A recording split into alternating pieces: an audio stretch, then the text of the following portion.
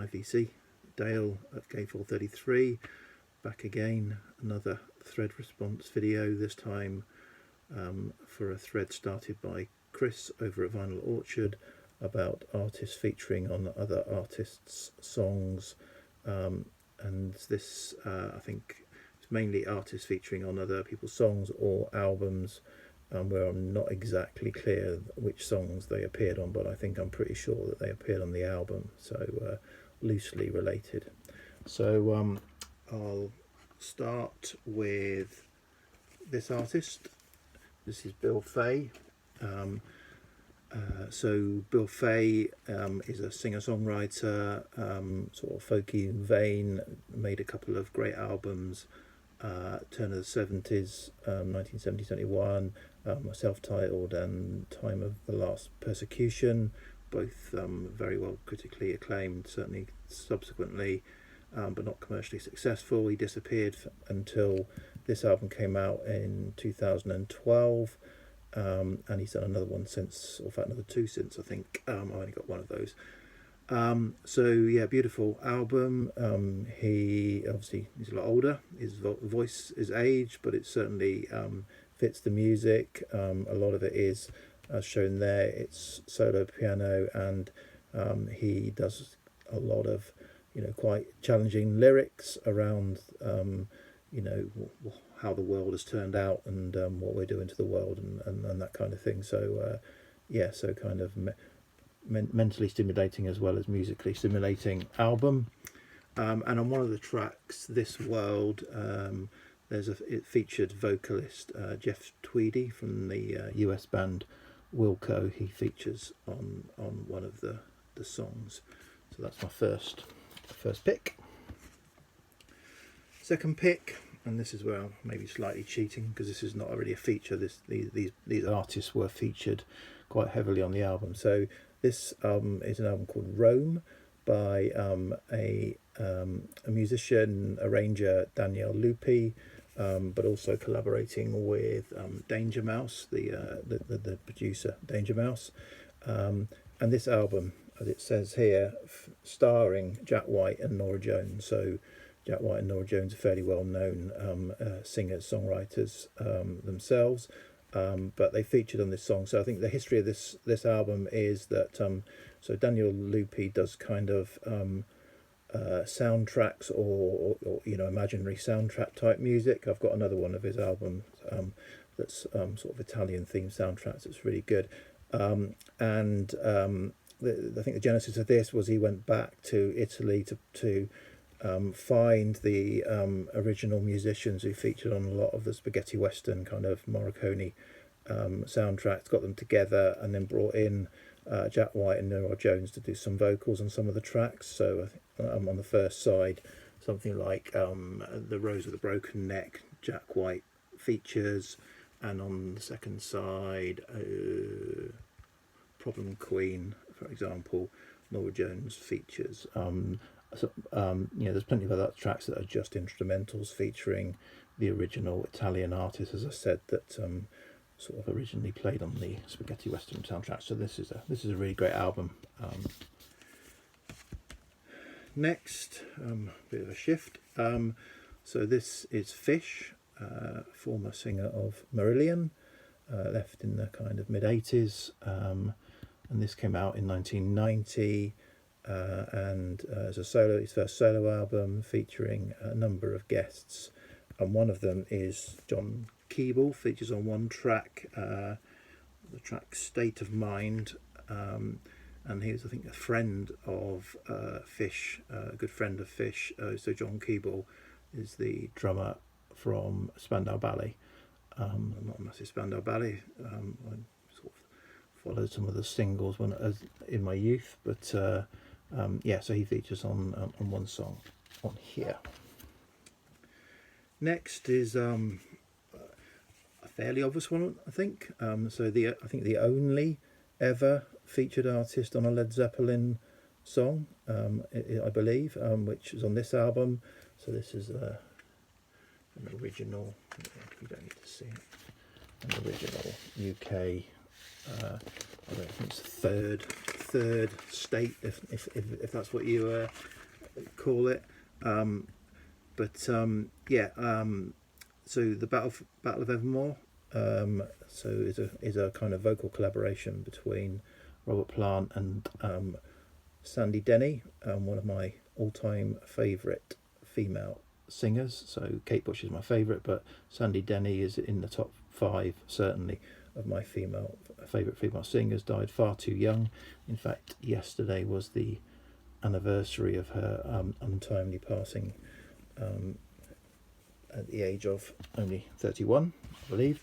So moving on then. So I played this yesterday to commemorate that. Oh, my album's stuck, it is just slotted in the middle there. So this is Sandy Denny's third solo album,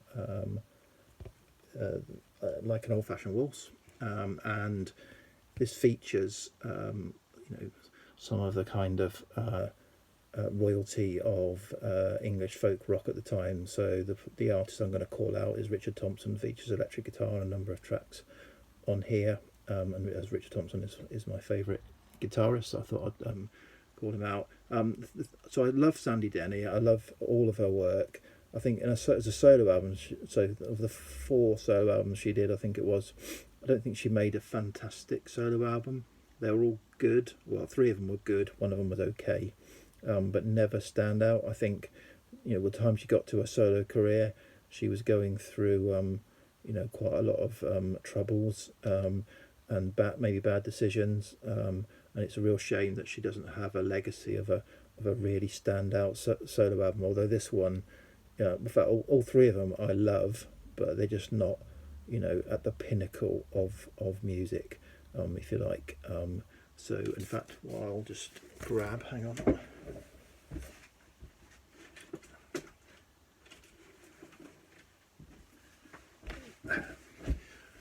I do recommend this book if you want to read. This is a biography of Sandy Denny. I've always kept a unicorn, and it does, I think, do a fairly good job from what I know. What do I know? I wasn't there. Of kind of showcasing the ups and downs of a tragically cut short life. So that's the next one. The next one, even more of a kind of off at a tangent.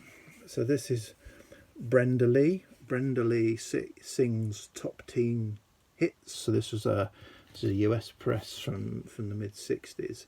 So I picked this up at a car boot sale a year or 2 ago. I think it was with there was a number of records there that I wanted, and there was a few others that I wasn't really interested in, but it was easier for me to say I'll give you a tenner for the lot than negotiate on the individuals. So I got this not even intending to play it, but I did play it, and it's quite enjoyable if you want to just put on on a Saturday night or something like that. It's really enjoyable. So she sings Dancing in the Street, The Crying Game, she does He Loves You, obviously She Loves You, but He Loves You, and she does Can't Buy Me Love, and Wishing and Hoping. So she does, obviously, as she says, does the top teen hits of 1965, and there's one on there which is It True, where apparently Jimmy Page,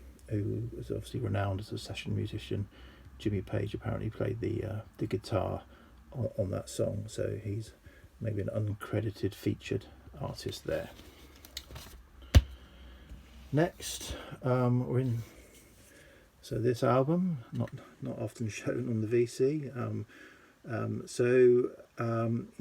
love Bob Dylan. I love Bob Dylan's later period. I can tolerate Bob Dylan's, if you like, mid period. So if I can put aside the production, and I can put aside the the religious overtones perhaps, and appreciate some of it. And so on this album, this is Empire Burlesque. Yeah, Empire Burlesque. I wasn't sure. I had another choice from Infidels as well. So this is obviously one of Bob's 80s. So it suffers from the 80s production, but the opening track, Tight Connection to My Heart, features Mick Taylor on lead guitar. So here's my featured artist there.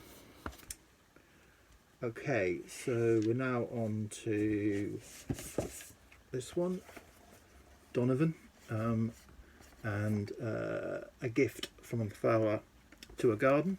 So this is a 2-record set in a box that came out by Donovan. I really like this. This was another boot sale find for a couple of quid last year, I think. Previously not heard it, so I only had Sunshine Superman on CD. It was the only Donovan I had, and a few obviously tracks where he appears on Greatest Hits and 60s comps. So always kind of wanted to get into Donovan but wasn't sure. And I bought this kind of just to say, because it was there for a couple of quid and there was nothing else going on at the boot sale that day, and it's really, really good.